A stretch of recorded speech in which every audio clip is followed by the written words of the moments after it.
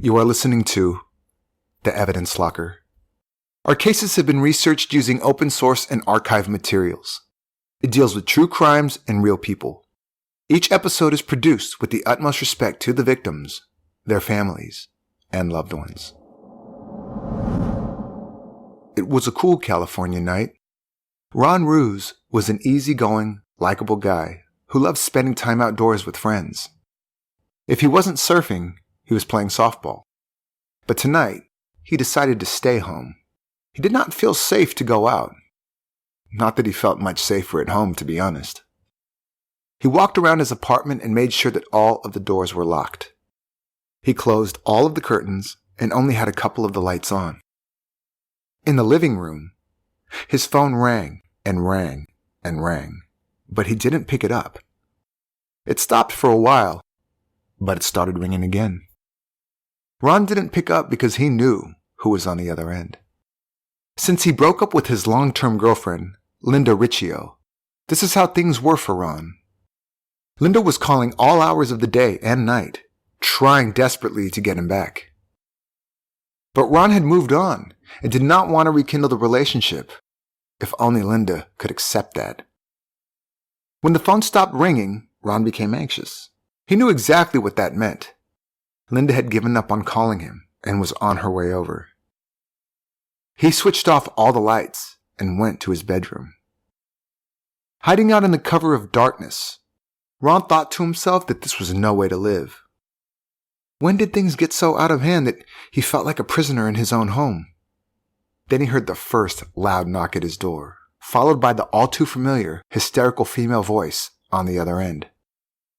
She was angry and assertive, yelling obscenities and insulting him for all of his neighbors to hear. A part of Ron wanted to open the door and tell her to shut up, but he had done so on previous occasions, and that only escalated the situation. His best option was to try and ignore her, wait it out until she eventually relented. After endless knocks and bangs on his doors and windows, Linda finally called it a night. But Ron knew that this was nowhere near the end.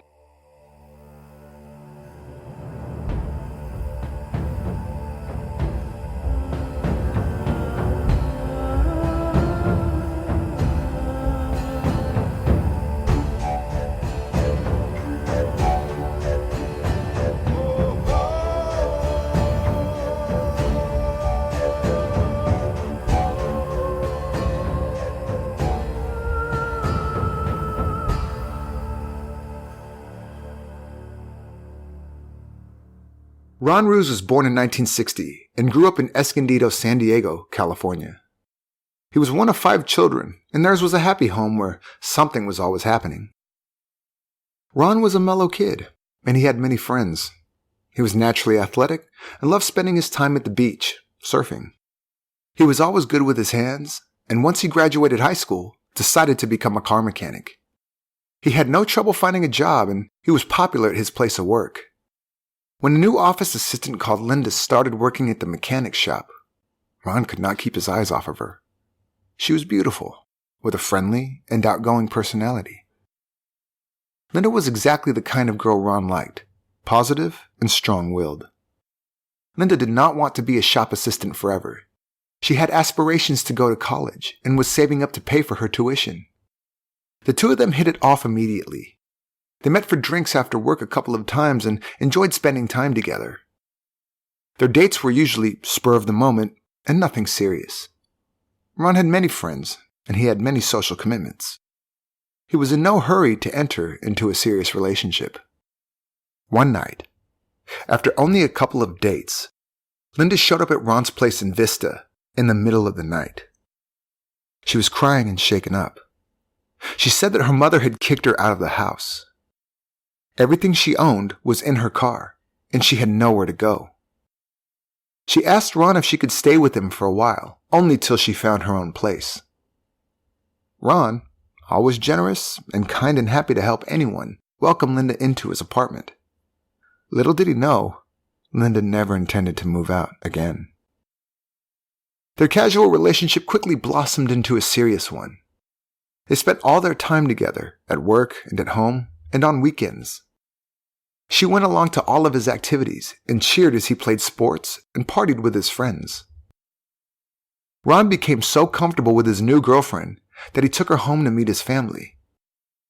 The Ruse family was very close, and Ron's siblings were glad to see Ron settling into a loving relationship. Linda was open and friendly, and slotted into the big family with ease.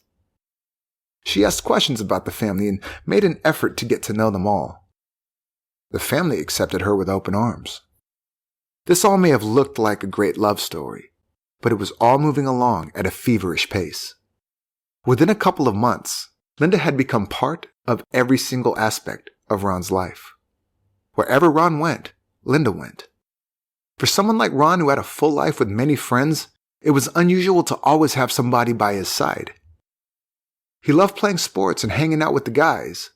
Linda didn't give him any space to do stuff without her. If Ron wanted to go anywhere without her, she would sulk or explode and make things very difficult for him. So he usually caved and said that she could join him. Linda became increasingly possessive of Ron and manipulated him. She would always get her way. Her control of Ron became evident to family and friends as well. If Linda thought Ron took too long to drive home, or when she was not 100% sure of his whereabouts, she called his sisters or his friends, anxiously asking if they knew where he was. Ron did not like confrontation or drama in his life, and for the most part, he went along with Linda's controlling behavior. But it gradually became too much to take. Linda had just pushed him too far, and he wanted his old life back. A life where he could come and go as he pleased, without having to explain himself to anyone. A couple of years into their relationship, Ron puckered up the courage and suggested they break things off. Linda did not see that coming, and she lost it. She was hysterical and threatened to end her life if he left her. This put Ron in a terrible situation. He did not want to be with her anymore. But he also did not want her to harm herself. He knew how volatile she was, and believed that she could actually go through with it. Ron was a good person, and his concern for Linda was stronger than his desire to end their relationship. So he decided to stay for a while longer. Her behavior calmed, but before long, she was monitoring his every move and controlling every aspect of his life. When it looked like Ron had had enough, she would rein it back in and convince him to stay by threatening suicide again. Ron stuck it out for 3 more years before he realized that he could not possibly go on any longer. He finally broke up with Linda in April of 1986 and moved out of the apartment that was technically his. The 27-year-old Linda did not take the breakup well at all and strongly believed that it was only temporary. As is the case with many long-term relationships, it took a while for the two to split for good. Although Ron had moved out, they still saw each other occasionally for about another year. But Ron realized he was ready to move on, and the only way he could do so was to break all ties with Linda Riccio. He told her that it would be for the best if they just moved on and did not see each other again. This made Linda furious. Threatening suicide didn't seem to work, so she tried a new approach. She said she would kill Ron for cutting her out of his life. She also threatened to harm his family, as she knew the Ruses were close. By this time, Ron had learnt not to read too much into Linda's outbursts and left without even looking back. For a while, Ron was piecing back together his personal life, and it seemed like Linda had accepted their split. She started studying at San Diego State University, and from the outside, it looked like life went on. That is, until September of 1987, when Ron met someone at a friend's wedding. Vicki Woodruff was gorgeous and bright, and Ron cautiously entered into a romantic relationship with her. It was almost a year and a half after he walked out on Linda, and he was ready to commit again. The relationship was simple and peaceful, something Ron had forgotten was possible. When Linda heard about Ron and Vicki, her anger propelled her back into Ron's life. She confronted him at his work and demanded that he take her back. Ron said that it was over between them and that he was happy with Vicki. He asked her to leave them alone. This only infuriated the already fuming Linda even more. Ron was hers. she was not going to let anyone else have him. Linda was motivated to get him back, no matter what it took. In an attempt to be a part of his life again, she started stalking him incessantly. Every day, Linda called Ron's apartment. Didn't matter what time of day or night, she would let it ring and ring until he picked up. At first, Ron would pick up, and he'd talk to her, asking her politely to not call again. She simply ignored him. Ron realized it was better to let it ring out. Ron's friends and family struggled to get a hold of him as his landline was his only contact number. If Ron did not pick up his phone, Linda went to his apartment. She banged on the windows, screaming and yelling for him to take her back. Her wails and moans could be heard all around his apartment complex. Because of her unannounced visits, Ron had to keep his doors locked and his windows shut. He even changed his locks to be extra safe. It felt like Linda was always outside, lurking, trying to get in. Frustrated that she could not get to Ron at home, Linda went to look for him around town. Because they were together for so long, she knew his routine and his friends and inserted herself into his life. Whenever Ron met friends to go surfing, Linda would be on the beach. If he played softball, Linda was sitting on the bleachers watching him. She would continue to show up at his work and beg to be taken back. And every time, there was a big scene, with Linda shouting and crying and Ron trying desperately to hush her, firmly asking her to leave. She would also gather personal information about him. She obtained copies of his phone and electricity bills, prowling to see if there was any way she could get to him. In the 1980s, privacy laws were quite relaxed, and a plausible story and a warm smile were sometimes all it took to get someone else's information. One night, Linda was stalking Ron's apartment when she saw Vicky arrive. She took down Vicky's license plate number and stewed for a while as she watched her adversary entering Ron's place. The next day, Linda called the DMV and told them that she had driven into a parked car and wanted to make it right with the owner. She gave them Vicky's license plate number and asked if they had any contact details for her. Unbelievably, they gave it to her. Again, things were a bit different back then. Legislation has changed quite a bit since then, and getting someone's personal information would not be as easy, or even possible, these days. At this point, Linda started harassing Vicky, too. She called her home and hung up when Vicky answered.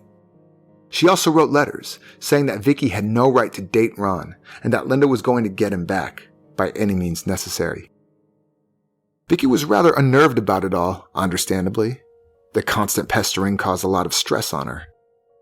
On one occasion, Linda mistook one of Ron's acquaintances, Vicky Young, for Ron's girlfriend, Vicky Woodruff. Linda confronted her at her work at Plaza Camino Real in Carlsbad, causing a scene. Vicky Young said to Linda that she knew Linda and Ron had broken up, and that Ron was free to date whomever he chose to. Even though she told Linda that she wasn't the one who was seeing Ron, Linda threatened her and said that she would kill her and any of Ron's friends who came between them. According to Linda, their relationship was not over. She also told Vicky Young that she was pregnant with Ron's baby, a claim that was absolutely not true. Ron and Vicky had a strong relationship and decided it would be better if they moved in together. At the beginning of November, they left Vista for Carlsbad, mostly to get away from Linda. Linda lost it when they left and found other ways of stalking them and gathering information.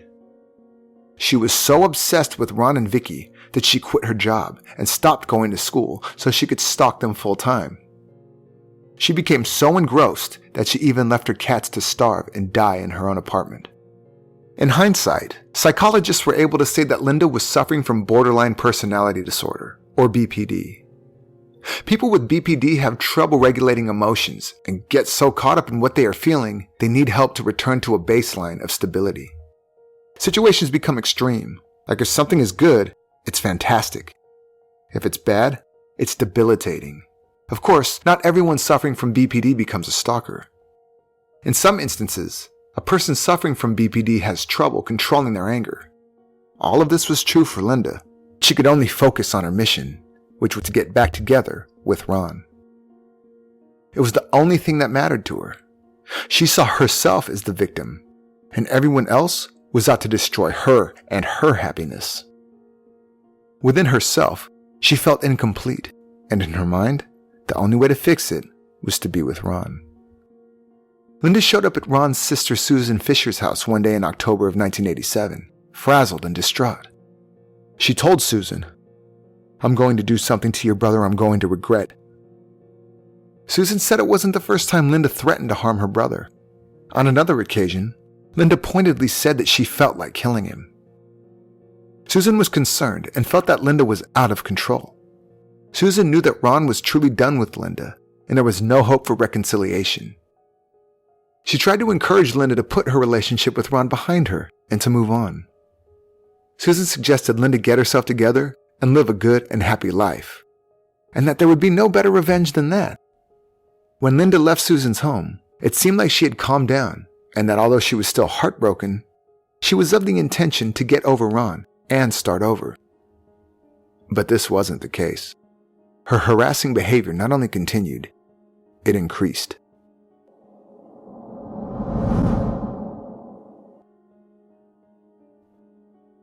Ron felt like he was under constant attack. Wherever he went, Linda was there. Her onslaught affected him deeply. The once happy-go-lucky surfer had become depressed.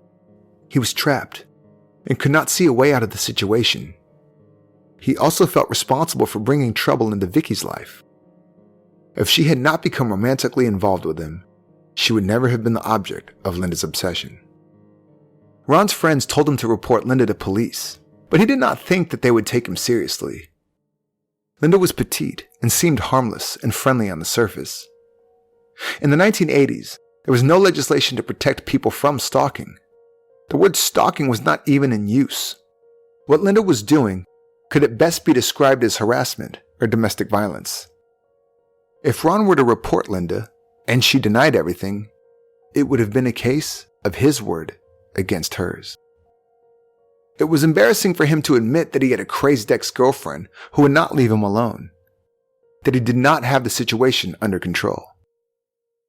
The straw that broke the camel's back was the fact that Linda kept showing up at his work. Every time there was a violent outburst, Ron felt like there was a chance that he could lose his job. He finally made the decision to file for a restraining order against her. He went to court on the 13th of November. His desperation could be heard during the court hearing when he said, "She continually calls me at all hours of the day and night. She shows up at my apartment and demands to come in. I have told her that I no longer want to see her. Today she showed up at my place of work and verbally abused me in front of my fellow workers and my supervisor. This is the second time in a week she has appeared at my workplace. My job is now in jeopardy." This step may seem simple enough, but at the time, it was incredibly brave on Ron's part to take action against Linda. Sadly, it was not really taken seriously. As a sign of the time, even the judge at the restraining order hearing said, on record, that he personally had never been so lucky as to have attractive women chasing after him. He told Ron he should be flattered. Officers of the court laughed, and the whole thing was seen as a joke. It was extremely humiliating for Ron. Ron obtained the restraining order against Linda, though. She was not to come within 100 yards of him or Vicky at their home or places of work. But because he was a man and the judge failed to see him as a victim, the order was a mutual restraining order, which also ruled that neither Ron nor Vicky were to come anywhere near Linda. Linda was angrier than ever. After receiving the restraining order, she went out and bought herself a gun. She visited his shooting range, incessantly practicing shooting a silhouette target's head and crotch. Despite the restraining order, she kept pestering Ron. The court order seemed useless. Linda simply ignored it and kept up her malicious behavior. Only a couple of days after the court hearing, Ron came home to find a note on his door. The note said to check another note inside. He entered his apartment, dreading to find out what was there. On his favorite armchair was a handwritten note taunting him. "A piece of paper is not going to stop me from getting to you." Linda had broken into his apartment, and he had no idea how she got in. Because there were no signs of forced entry, he realized that she must have had a key. Ron took the notes to police and told them about the break-in. But as there were no witnesses who saw Linda leaving the notes, they could not arrest her. There was not enough proof that she disobeyed the restraining order. Linda also upped the ante regarding her threats to Vicky. She kept calling her and sending her letters. One of the letters was signed off. "I'm going to tear the two of you to the bone. It was never about you and Ron. It was always about me and Ron. I win, you lose." All of it became too much to bear, and Vicky and Ron decided to break off their relationship. Ron moved out and started drifting so that Linda could not find him. He rented a car so she could not follow him, and also stayed in different hotels every night and parked the rental car around back of the hotels. He checked in late and checked out early. He took so many measures to throw Linda off of his trail, he was essentially living like a fugitive. Ron's family and friends offered him a place to stay, but he declined because he did not want to drag anyone else into his personal hell. Ron confided in a high school friend, Ray Hieronymus, that he was worried that Linda would make good on her threats of killing him. When Ray spoke to Linda, he realized how serious the situation had become.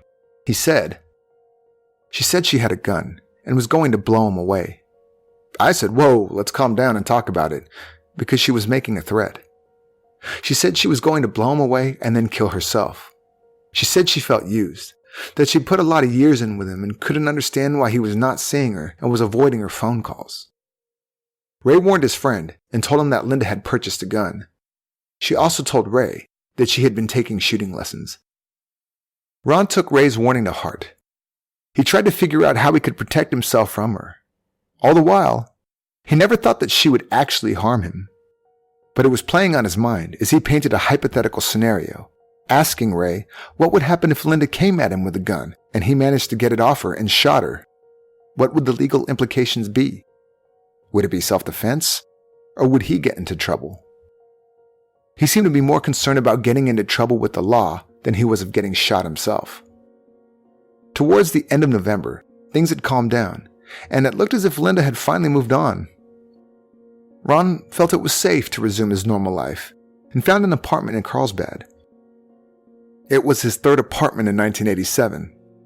All the moves because he wanted to get away from Linda Riccio. Linda was not done. During this time, she had gone to San Francisco and asked her brother to help her develop hundreds of surveillance photos she had taken of Ron. She used the distance from Ron to plot her next move. Ron was still finding his way around and settling into his Carlsbad apartment. He told friends that it was a temporary move, as he was sure Linda would find him again. With her ability to track him down, he thought that even moving out of state would not help. Eventually, she would trace him and harass him. And he was right. Linda was on his trail yet again. She had found his address through the utility company. This time, she was closer to Ron than she had been since their breakup.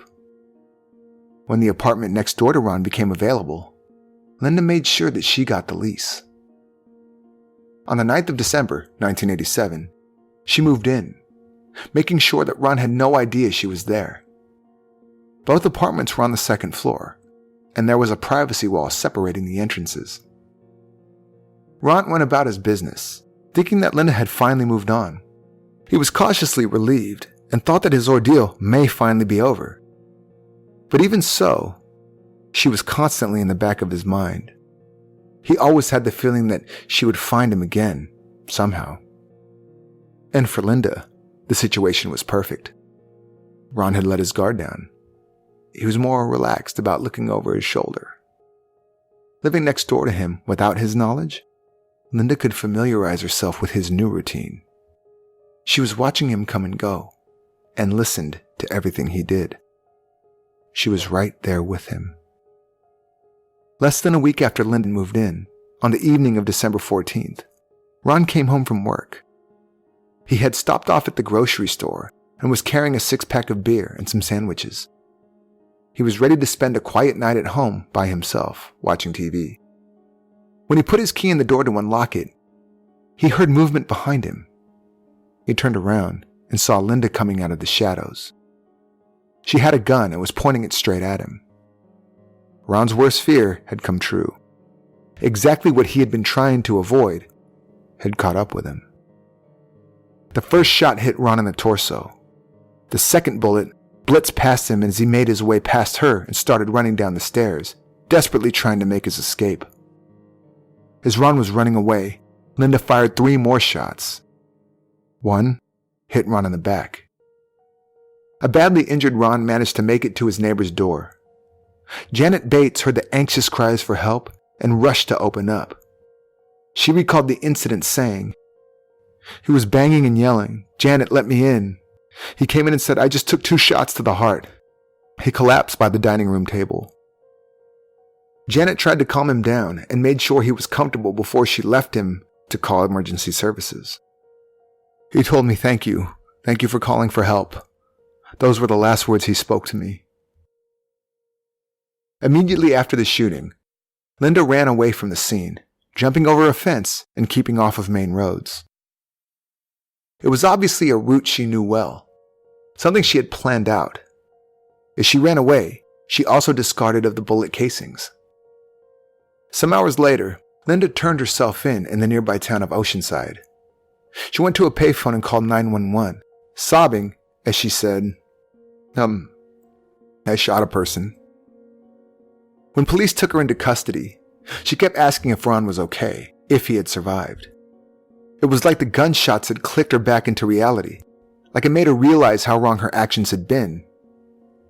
But now it was too late. Ron was taken by life flight to Palomar Memorial Hospital in Escondido, where he later passed away, succumbing to his injuries. His family and friends were shocked when they heard what had happened. The worst part of the story was that Ron had reported the stalking and his concerns, and nobody could do anything to protect him and prevent this tragedy from happening. Although Linda admitted to shooting and killing Ron, she did not show much remorse. She was saddened by the fact that he was no longer alive, but she made it out that he brought it on himself. Her point of view was that Ron gave her no other choice. "My sole intent never included willful or knowingly malicious actions or conduct, but purely harmless, heartfelt, and deserving attempts to communicate, to help me understand. The emotional stress and turmoil has exhausted me." Her trial began in spring of 1989, about a year and a half after Ron's death. She pleaded self-defense. According to Linda, Ron had called her that night and asked her to meet him. She had the gun because she was the one who was afraid of him and felt it would be prudent to have something to protect herself. She said that as soon as Ron came up the stairs, he lunged at her, attacking her. This made absolutely no sense. No evidence supported her claim. She had been planning the confrontation for months, buying a gun, taking shooting lessons, moving into the apartment next door to him. It was all part of a calculated plan. During her trial, Linda Riccio was dubbed the Fatal Attraction Killer because of similarities to Glenn Close's character Alex in the 1987 film. In the film, the jilted mistress kills her ex-lover and his family. Linda's defense stated that it was her intention to kill herself in front of Ron so he could witness her suicide. But Ron lunged at her and tried to take the gun as she was pointing it at her own head. In the scuffle, a shot went off that killed Ron. She could not recall shooting more than once or that Ron tried to flee down the staircase. Nobody believed her. In court, she seemed to lap up the attention. Her trial was televised and the courtroom was packed. Her statement almost resembled a performance as she looked at the cameras and the crowd. "This is absurd. My heart goes out to the Ruse family, but to the court and to the public, I did not murder Ron Ruse." Superior Court Judge Jeffrey Miller did not buy her version of events and said that it was illogical and false. Before she was sentenced, the probation officer made it clear that Linda's actions were premeditated. He stated that she stalked Ron like a hunter stalks his game. Prior to his murder, she took shooting lessons, then showed off her target to people in a bar. On the 18th of April, 1989, Linda Riccio was found guilty of first-degree murder. That is, premeditated murder and lying in wait. She was sentenced 27 years to life in prison. Outside the courtroom, her defense attorney, Jack Early, said his client still not believes she murdered Ron Ruse. She hasn't accepted the fact she murdered him. She accepts responsibility for his death, that maybe he was trying to save her life when she fired the weapon, and that is worse than murder. Ron's family became very involved in writing legislation for anti-stalking laws to help other victims of stalking to not suffer the same fate as Ron. Legislation came into place in 1990. They wanted to make the public aware of the fact that men can be victims of violence too. And the experience of being stalked is as horrifying for a man as it is for a woman. There was no reason why men should not have the same support as women in stalking cases. Drama seemed to follow Linda wherever she went, even in prison. 4 years into her incarceration, she married a former prison guard, one she had met when both of them worked in the prison kitchen. They were married for more than 10 years when she filed for a divorce in 2003, saying that he had cheated on her. She sued another guard, Sean Robinson, for sexually victimizing her in prison, a claim that led to an internal investigation. What they found was that Linda was not the one being victimized at all. In fact, she was stalking Sean inside the prison. Firstly, she managed to obtain personal information from a family member of Sean's. Court records state that witnesses came forward and confirmed that Linda was infatuated with Robinson and endeavored to be located wherever the officer was in the prison. She also kept a photograph of Robinson, which she had claimed he had given her, but which was actually printed on a vocational graphic arts and service training book. Linda Riccio denied stalking the guard and claimed that he set her up because he had read her file and knew she stalked a boyfriend in the past. In 2005, Linda was moved to the higher security Valley State Prison, a clear indication that Linda was not a model prisoner. Linda also made a big drama when Susan Fisher, Ron's sister, was appointed as a member of the parole board. Even though Linda's case never appeared before Susan, she still felt that Susan had some influence on decision makers. She also felt she was being punished for marrying and then divorcing a former prison guard. In March 2019, she decided to forego a parole hearing as she agreed that she was unfit for parole. She had been denied parole 3 times before, the most recent hearing taking place in 2016. After that time, she sued the Department of Corrections for refusing to transfer her back to California Institution for Women, or CIW, and for not granting her parole. She accused them of entering false information into her file, making her an unsuitable candidate for parole. The case was thrown out of court. Today, there are laws in place to protect us from stalking, but it is still a dark and scary situation to be in. Ron's sister Susan stated, "Things have changed in legislation, but the pathology of stalking remains the same." Legislation also differs from state to state and country to country, and the law can only protect one to a certain point. It is absolutely terrifying having someone watch your every move. Problem is, not all stalkers are the same, and they don't all have the same motive. In today's day and age, the internet and social media make victims much more vulnerable to falling prey of someone like Linda Riccio. Stalking is also a pattern of behavior rather than an isolated incident, which makes it harder to prove. The statistics are staggering. Statistics on asecurelife.com show that 6.6 million people are victims of stalking in 1 year in the United States alone. 1 in 4 victims are male, with 41% of male victims stalked by a romantic partner or ex-partner. It is essential to keep a log with as much evidence as possible, including photos or saved text messages. Experts suggest that a person who has a stalker should always take it seriously and understand that they are under threat. It is best to confide in close friends or family. There is no shame in admitting that you have a stalker.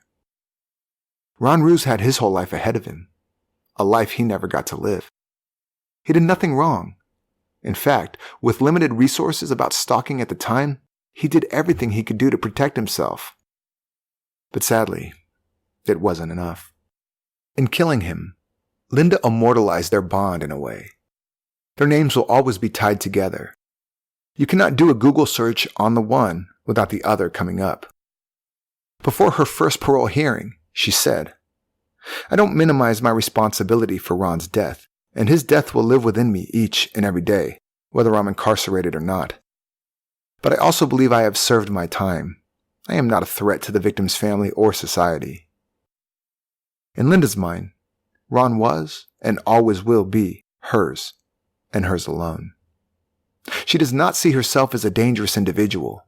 She did to Ron what she had to. That is why she honestly believes that she does not pose a threat to anyone else. If you'd like to read more about this case, have a look at the resources used for this episode in the show notes. Also visit and like our Facebook page at facebook.com/Evidence Locker Podcast to see more about today's case. If you like our podcast, please subscribe in Apple Podcast or Stitcher or wherever you get your podcasts. We would also appreciate if you could review the episodes, as it gives us some street cred in the world of podcasting. And while you're waiting for our next episode, why don't you listen to one of our other podcasting friends? Hi, I'm Jamie, host of Murderish, a true crime podcast that provides a 3D look at gripping murder cases from beginning to end. You'll get to know the victims and perpetrators, how their worlds collided, and what went down during trial. I also share some of my own personal experiences, like the time a stranger came into my bedroom at night. Yeah, that really happened, and I walk you through all the details of that terrifying night. Have you ever wanted to be a fly on the wall during a murder trial? You'll get that opportunity on Murderish, as I share my experience being a jury foreman on a first-degree murder trial. Search Murderish in your favorite podcatcher app, hit subscribe, and start binging. And remember, listening to this podcast doesn't make you a murderer. It just means you're murder-ish. This was the Evidence Locker. Thank you for listening.